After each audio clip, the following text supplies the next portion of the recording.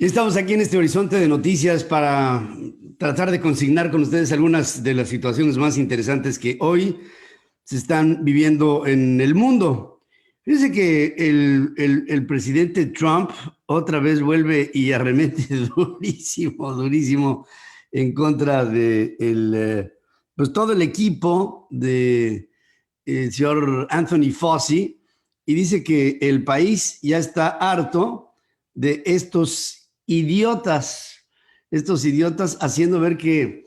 todos los científicos que se encargaron de tratar de aislar a la sociedad norteamericana y de paralizar a la economía ya no es suficiente, ya no es necesario, ya no puede seguir así y las condiciones para la Unión Americana deben de continuar en un marco de normalidad, no obstante los muertos, no obstante los contagios, no obstante el repunte, porque ha habido un repunte muy claro, no solamente en Estados Unidos, sino en el mundo, de este coronavirus que se hace presente en todas partes. Hoy Irlanda, por ejemplo, Irlanda está reportando que vuelve a la reclusión total, es decir, la gente otra vez en home office, nada de bares, nada de restaurantes, nada de actividades públicas, nada de nada. Y todo esto tratando de prevenir lo que ya está empezando a hacer estragos en prácticamente todas partes, en Europa, en Estados Unidos, en América Latina, en prácticamente todos lados. Por ejemplo, en Suecia, un lugar en el que se había incluso hasta criticado porque no se habían tomado medidas de protección hacia el COVID, ahora están empezando a reconsiderarlo porque hay dos ciudades, fundamentalmente la capital y una segunda, dentro de Suecia, que están empezando a reportar casos de COVID y esto ya está empezando a hacer pensar que para Suecia todo esto, miren, por ejemplo, hay un confinamiento obligado en lugares como Estocolmo y como Uppsala, que son las ciudades con el mayor crecimiento de contagios por coronavirus en Suecia, que era un país del que no le habíamos dicho nada desde que empezó la crisis hasta ahora. En el caso, por ejemplo, de París, están reportando en Francia que en París, por ejemplo, las camas de terapia intensiva están ocupadas en un 54%, pero el índice y el repunte por contagios y por casos, digamos, extremos que implicarían respirador están creciendo de manera desmedida y que podría para finales del mes, de este mismo mes de octubre, llegar a su saturación. Lo mismo está sucediendo en México, que el secretario de Hacienda dice, si se presentara un repunte que revirtiera el decremento en la curva de contagios, asunto que desde nuestro punto de vista pues no ha habido un decremento en la curva de contagios, sino por el contrario, un aumento en la misma, podríamos ver un golpe a la economía mexicana y la economía mexicana se vería nuevamente afectada por esta parálisis. Y esto pues no está siendo bien visto, por supuesto, porque las proyecciones, sin un plan de contingencia para atacar a la crisis económica que se presentó hasta ahora con la pandemia y la parálisis de la economía entre el gobierno y el sector privado, con incipientes inversiones y estímulos fiscales y algunas, digamos, dispensas a nivel de la banca, con los créditos, con los retrasos, con la ruptura de la cadena de pagos, se puede prever que para finales de este 2020 en México se incrementará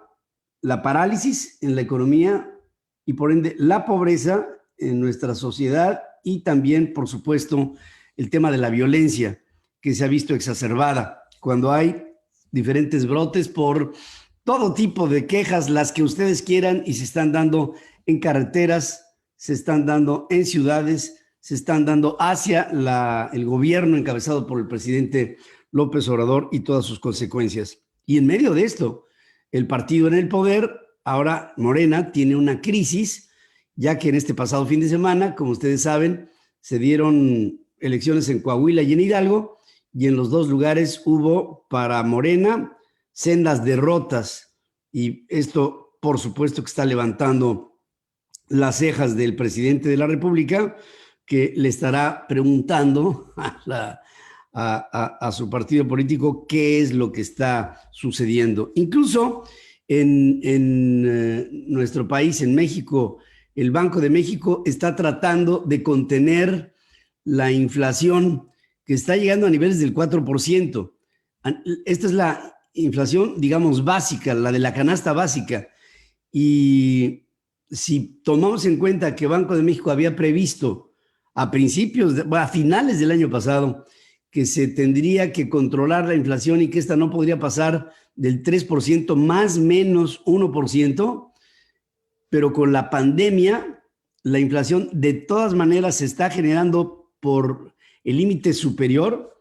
lo que significaría que si la parálisis implica la salida de la gente de la actividad y entonces una menor demanda, si se presenta una inflación, quiere decir que está contenida y que la inflación en el momento en que empezáramos a despegar sería cada vez mayor. Y es un indicador preocupante porque la inflación subyacente podría ser mucho mayor, es decir, la inflación que no está ligada a los precios de la canasta básica. ¿Qué ha venido detonando la inflación? Bueno, asuntos como que mientras que el petróleo está a niveles muy bajos, la gasolina en México no se alteró en su precio, como si estuviera a niveles muy altos. ¿Por qué? Bueno, porque tienen 3 impuestos a pagar, un IVA y 2 impuestos especiales sobre productos y servicios que hacen que la gasolina, nada más por los impuestos, tenga precios que van por arriba de lo que tendrían que darse estos precios al consumidor con una supuesta ley de oferta y demanda y una libertad en ello que permitiría el sistema, digamos, de cobro en México, el que hubiera una gasolina más barata y no la hay. Están empezándose a ver algunas situaciones que preocupan en Venezuela. Venezuela dice que hay una serie de inversionistas, tanto nacionales como extranjeros, que están queriendo invertir en el sector petrolero a través de Petroven, pero que no están dando a conocer los nombres, las identidades de las compañías o de los individuos que quisieran invertir en el sector petrolero en Venezuela para protegerlos de lo que sería de los Estados Unidos una sanción. Difícilmente esto podría pasar por el anonimato durante mucho tiempo, pero en Venezuela se están empezando a dar muestras de una desesperación para tratar de llegar y allegarse capitales. Incluso el propio presidente Maduro habla de que ya en Venezuela se anuncia una liberación luego del COVID y que habrá actividad en hoteles, en restaurantes, como si no hubiera pasado absolutamente nada. Y todo esto es debido a que en Venezuela lo que se está buscando es abrir la economía porque esta está en un punto crítico. Hay una inflación de más de 1,000,000% al año. Se acaban de emitir billetes, bolívares de 100,000 bolívares, un billete de 100,000 bolívares que equivale a 23 centavos de dólar. Y claro, esto pone en entredicho a Venezuela completa. El partido Movimiento al Socialismo de Evo Morales resulta el ganador en las elecciones en Bolivia y uno de los primeros que felicita al candidato triunfador de MAS es Andrés Manuel López Obrador, que si bien hace un año estuviera recibiendo en suelo mexicano a Evo Morales y después tuvo que ser enviado a Argentina por la intervención del jefe del Departamento de Justicia de los Estados Unidos, que llegó a México y le dijo al presidente de México: no vemos con buenos ojos que tengas a Morales. Se manda a Buenos Aires, allá vuelve a tener un segundo exilio, se convoca elecciones. Jeanine Áñez, la presidenta interina, convoca las mismas, se da la contienda, gana el partido del Movimiento al Socialismo, del que depende incluso hasta la postura política del propio Morales, que dice desde Argentina el día de ayer, lacónico: mi regreso a Bolivia es una cuestión de tiempo. y con ello lo que hace sentir es que cuando llegue el presidente triunfante de más, lo llamará a Evo Morales para que regrese a territorio boliviano.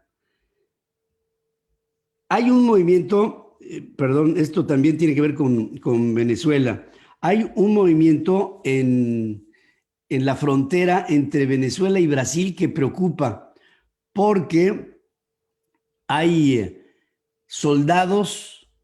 fíjense, soldados rusos que llegaron a Venezuela y están haciendo movilizaciones fronterizas con uniforme venezolano, pero se sabe por información de inteligencia que son rusos. Rusos con uniforme militar venezolano. Hay movimiento en la zona del lado del Brasil, a donde se llevan soldados, pertrechos y se prepara un frente para proteger a esa frontera de Venezuela, y esto es un movimiento que pudiera derivar en una actitud hostil. Si sigue esto adelante, podría ser el principio de una confrontación. Por supuesto, es demasiado prematuro, pero el movimiento como tal ya se ha dado en dos fronteras, en la frontera de Venezuela con Colombia y en la frontera de Venezuela con Brasil. La frontera con Colombia, en un operativo de fuerzas norteamericanas que se han quedado acantonadas y en silencio. Pero ahora los brasileños están haciendo un movimiento hacia la frontera con Venezuela, y este movimiento, con la presencia de presuntamente de soldados rusos del lado venezolano, sí ya es un tema mucho más preocupante de lo que pudiera parecer. Huachicol, en la capital de la República Mexicana. Ayer hubo una conflagración por una fuga de combustible en la Ciudad de México, lo que pone en la capital de la República Mexicana otra vez el tema del huachicol hasta arriba. El presidente López Obrador había dicho en septiembre del año pasado que el huachicol en México estaba absolutamente extinguido hasta lo dijo precisamente, en un 96%. Y conforme pasa el tiempo, se ve que el huachicol no solamente no ha desaparecido, sino que este se incrementa en lugares como Hidalgo, Puebla, Veracruz, Estado de México, Michoacán, Guanajuato, Aguascalientes y la capital, ahora la capital de la República Mexicana. Esto, por supuesto, que preocupa, ya que estamos viendo que desde ahí, desde esta óptica, el cártel del huachicol, que en algún momento fuera dominado por un hombre llamado El Marro, o llamándole El Marro, que fuera detenido, vino un segundo sustituto que también acaba de ser detenido, pero el movimiento del huachicol sigue adelante como si los líderes y su ausencia no tuvieran nada que ver con la actividad propia, lo que significa que la estructura del huachicol está bastante bien conformada. Esto es por lo menos lo que se adivina desde aquí. ¿Qué les puedo decir? En el caso de los Estados Unidos, sí, después de lo que les decía yo del ataque del presidente Trump a Anthony Fauci y todo el equipo del CDC, está el presidente dando patadas de ahogado para tratar de sacar adelante su popularidad perdida. Luego de que le da COVID, luego de la crítica que ha sido un prevalente